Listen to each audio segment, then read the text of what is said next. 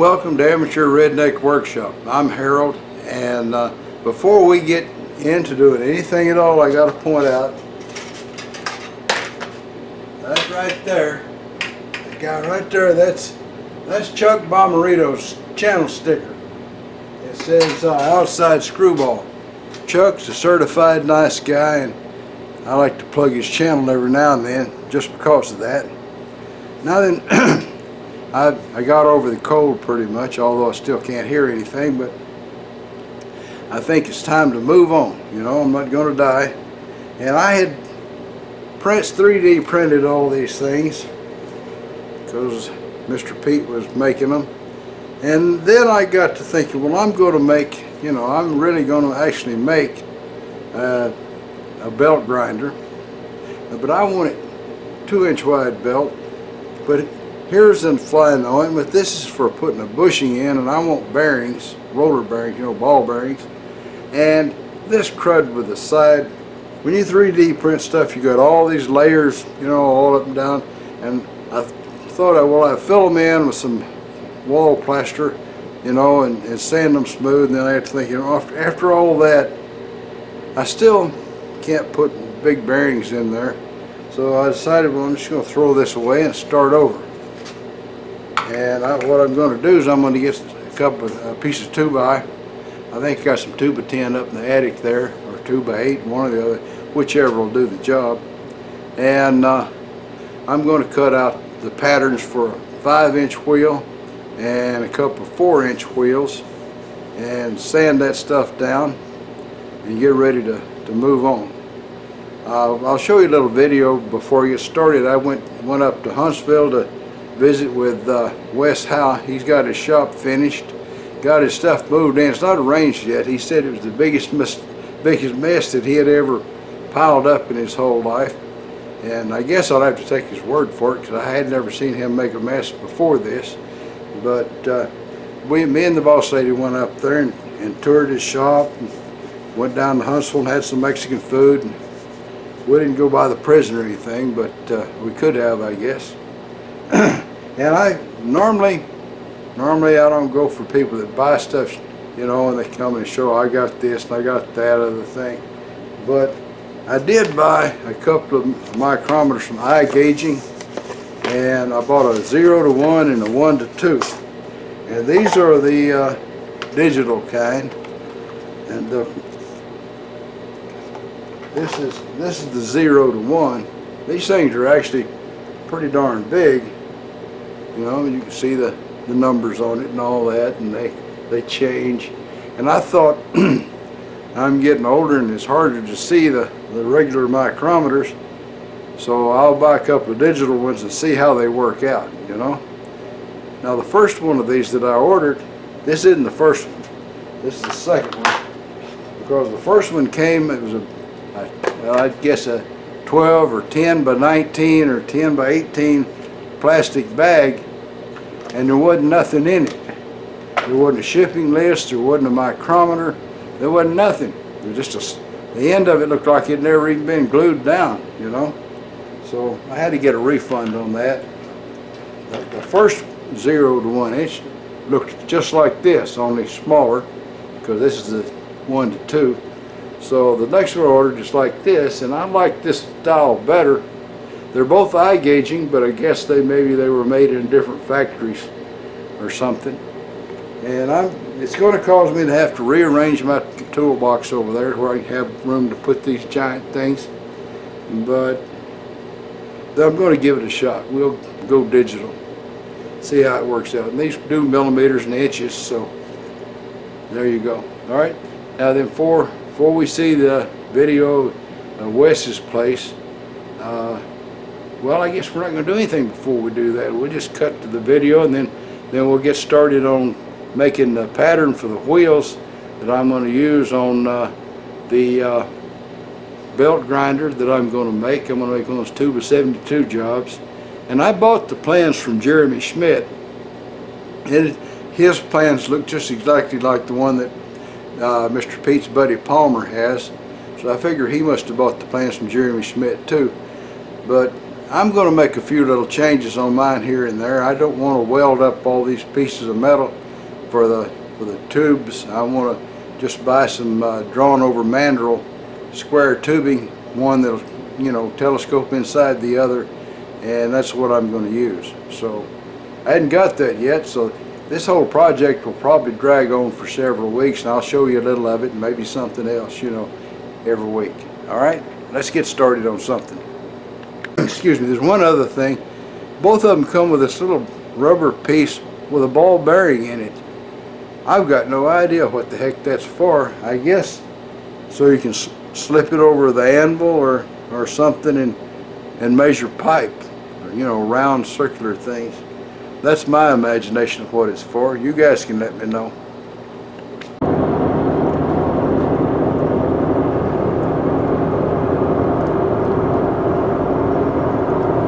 There's a statue of Wes. Not really, it's Sam Houston.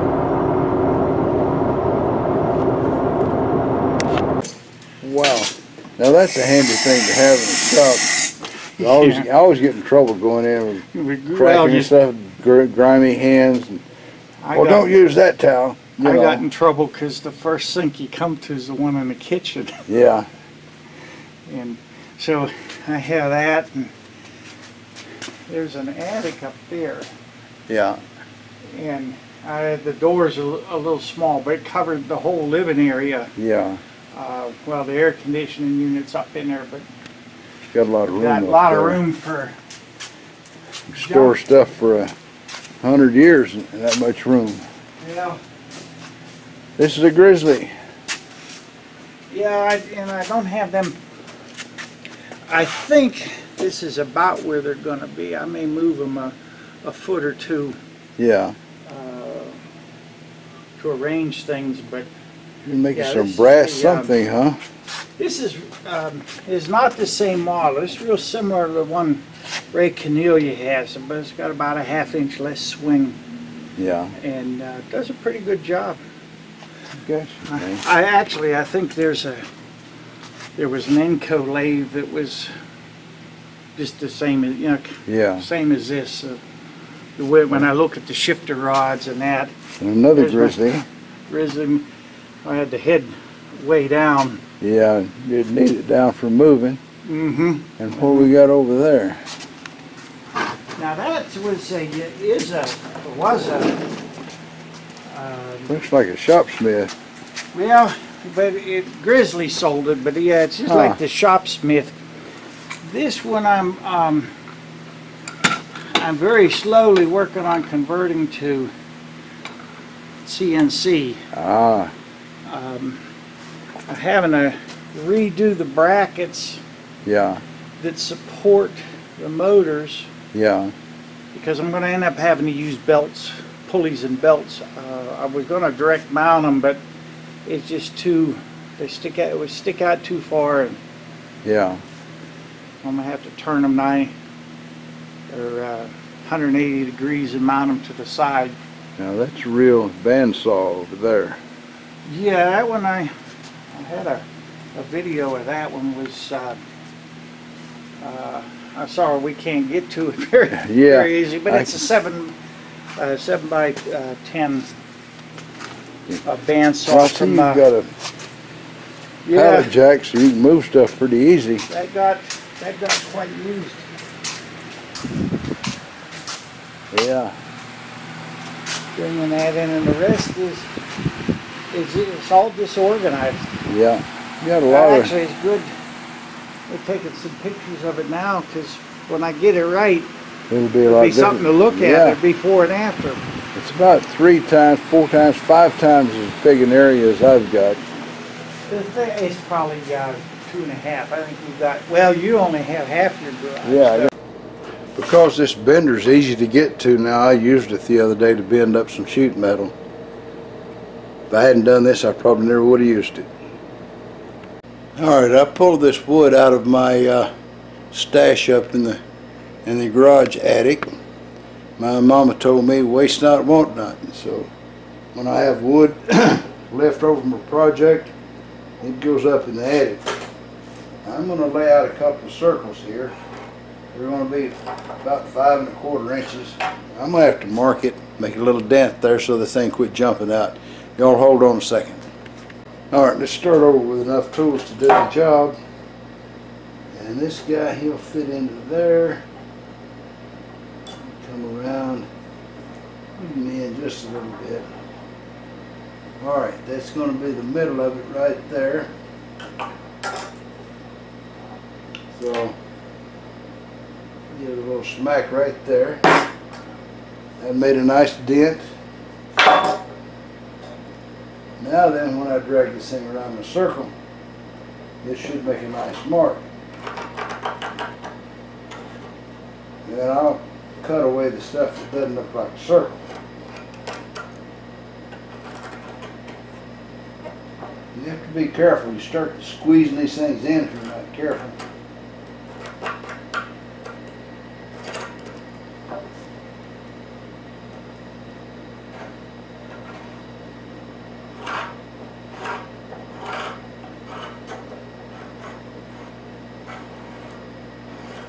Alright, there's one.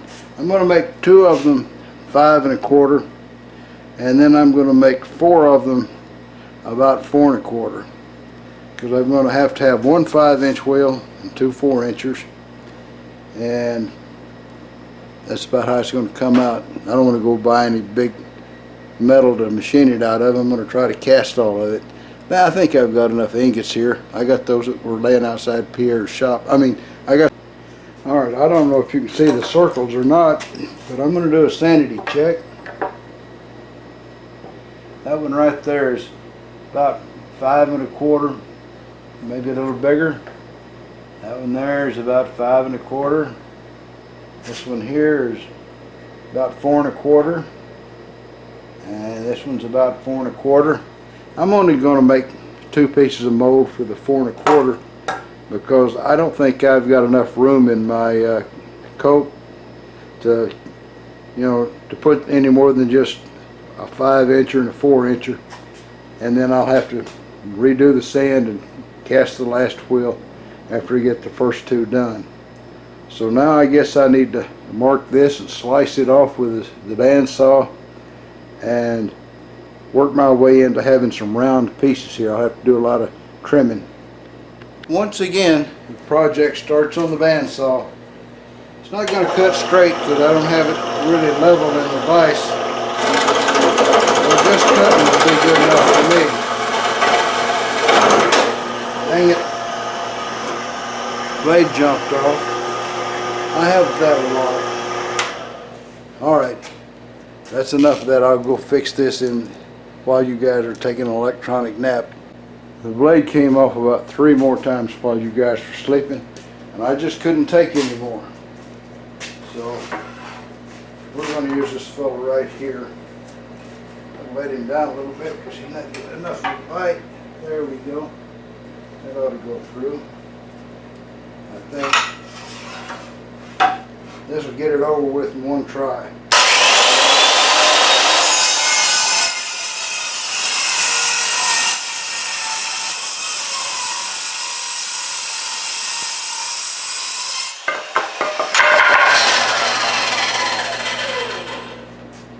There. Now I don't have to do any swearing or anything. Yeah, I should have started like that. It's always good to use the right tool for the right job. Excuse me.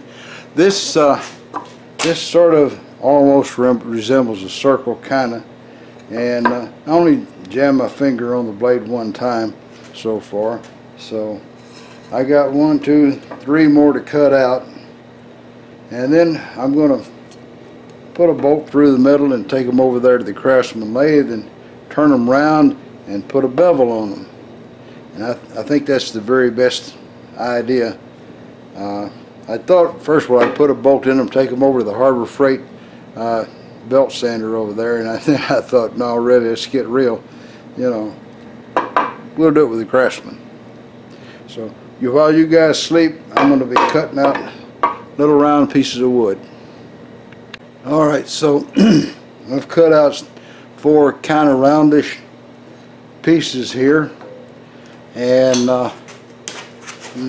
And in doing, I only managed to get my finger in the blade 3 times, and there was only significant bleeding one time, and it wasn't too bad. It's just a little. So I guess Bubba would approve of my safety standards.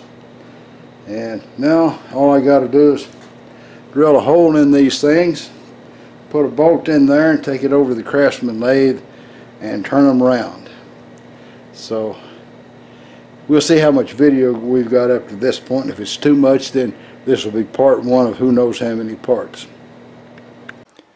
Well, for a while there, Bubba got him a job as an Army recruiter, and he was doing a pretty good job of it there, and he was selling record amounts of life insurance, you know, to the new recruits. So the lieutenant got to wondering just how in the heck was Bubba selling all that much life insurance, you know. And he thought, well, he could ask Bubba, and Bubba would give him some kind of phony baloney tale, you know, and lead him off in the stray. So he figured what he'd do is he'd just go and stand in the back of the room, you know, and listen to what Bubba did as he recruited him. So he's standing back here in the back of the room, and Bubba brought the recruits in, and he got them to fill out the papers with their names and all that stuff. And he says, all right, boys, he says, now, if y'all take life insurance here, if y'all signed up for it, he says the government will pay your survivors $200,000 if you get killed in battle. He says, and if you don't sign up for it, he says, well, they'll give your survivors $60,000 if you get killed in the battle. And he says, and before you boys make your choice, he says, just think which one of those you think they're going to send in first.